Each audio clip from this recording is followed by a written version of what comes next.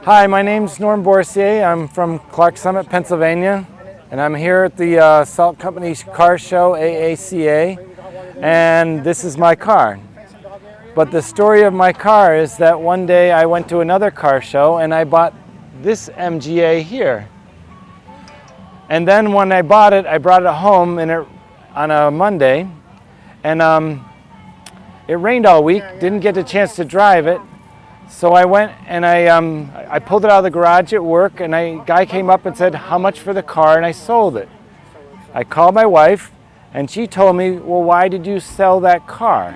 And that was in 2006. So then I said, if that's the way you feel, I will find my car. So then I went, and this was a car that was in Old English white, and I always was fond of the other MG color, Dove Gray. So I built my car, and it took up until 2 years ago to finally drive this car down the road. So the car was completely stripped down to bare metal. It was painted, the engine was pulled, and it was reassembled, and I did all the reassembly, and I won the wheels. I was at a car auction one day, and I was bobbing for apples, and I won $1,500 bobbing for apples. So I went and I bought the stainless steel spokes and the wide white walls out of my mad money.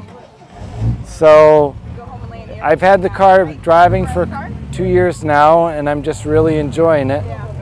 And it has a nice red raspberry interior. There's a white top on it that was on it when I bought it, and I have a brand new top to match the tonneau cover in the box.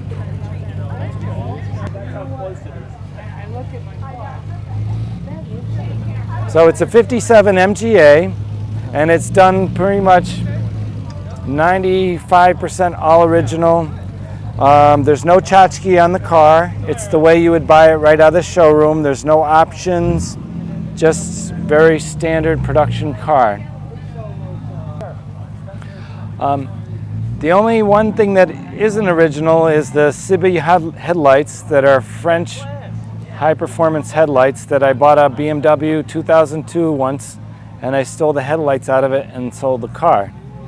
But since I'm French, I thought they were a nice accent to my English car. It was never a rusty car. It had minimal bodywork done to it.